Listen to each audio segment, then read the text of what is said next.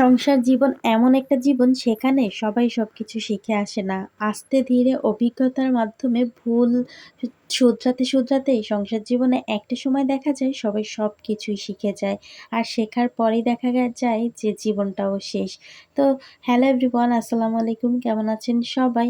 এই তো স আবারও নতুন একটা ভিডিও নিয়ে চলে এসেছি। আর আজকে সকালের কোনো রান্না-বাড়াই করব না। আজকে হচ্ছে দুপুরের রান্না থেকেই ভিডিওটা শুরু করব।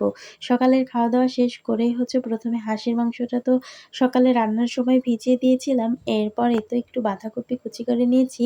এটাকে এখন ধুয়ে সুন্দর মতো সেদ্ধ করে তারপর সেদ্ধ করতে বসিয়ে দিয়েছি। এখন লবণ হলুদ দিয়ে ঢাকা দিয়ে সুন্দর মতো সেদ্ধ করে নেব।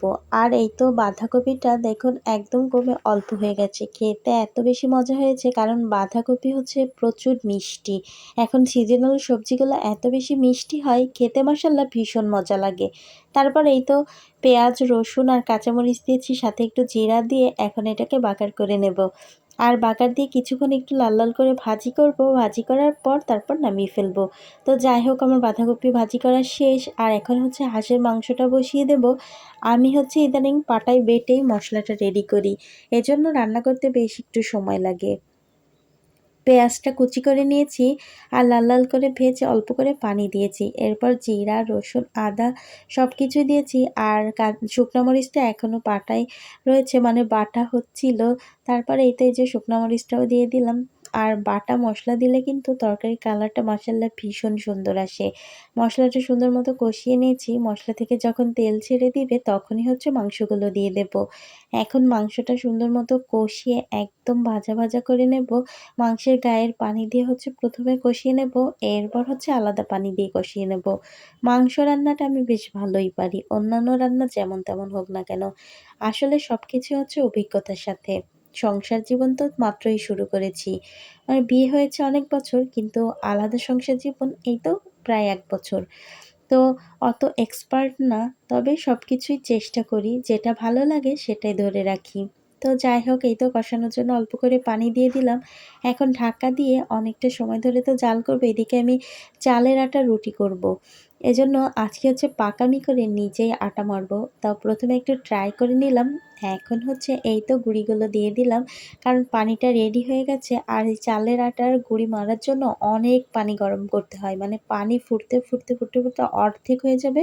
তখনই বুঝতে হবে যে আমার আটার জন্য পানিটা রেডি। তো যাই হোক, এখন হচ্ছে এই যে আটাগুলো নামিয়ে নিচ্ছি। আর এখন হচ্ছে মাংসের ভেতর আলু দিয়ে দেব আর কিছু চুই ঝাল। চুই ঝাল ছাড়া মাংসের কথা তো চিন্তাও করা যাবে না, সঙ্গে আলু। এখন কিছুক্ষণ সুন্দর মতো কষিয়ে নেব। আর হাঁসের মাংসটা কি জানেন? যত বেশি কষানো হবে খেতে কিন্তু তত মজা লাগবে। তারপর এই তো কিছু রসুনের কোয়াও দিয়ে দিলাম। আপনাদের ভাই আবার মাংসের ভেতর রসুন খোঁজে। কিছু কোয়া বেশি ছিল সেগুলো দিয়ে দিয়েছি। অতিরিক্ত রসুন দিলে মাংসে আবার গন্ধ হয়ে যায়। তো যাই হোক, এখন হচ্ছে ঝোলের পানি দিয়ে দেবো। আর ঝোলের পানির জন্য একটু গরম পানি দিয়ে নিলাম। আর এই তো এইদিকে মাংসটা হতে হচ্ছে আটার ময়ানটা সুন্দর মতো করে রুটিগুলো বেলে নিতে হবে। তো যাই হোক, যেহেতু আমার একটা পিচকি সোনা আছে, সে তো সব কাজে বাও হাত দেবেই দেবে, তার কোনো শেষই নেই। এদিকে মাংসটা হতে থাকুক। আর আমার মেয়ের অবস্থাটা দেখুন, ওর কিন্তু ২ বছর প্লাস। মাশাআল্লাহ মোটামুটি হাতের কাজগুলো কেড়ে নিয়ে খুব ভালোই করতে পারে। মানে আমাকে একদম ঝালাপালা করে দেয়। এদিকে মাংসটা হয়ে গেছে আর আমি সব রুটিগুলোও বানিয়ে নিয়েছি। আর এখন এই রুটিগুলো সেঁকে নিলেই হচ্ছে মোটামুটি আমার কাজ কমপ্লিট। আর এই তো সেই বিখ্যাত তাওয়ায় হচ্ছে রুটি সেঁকতে চলে এসেছি। চালের রুটিটা এত বড় হারামি, জালটা ঠিকমতো না হলে না একদমই ফোলে না।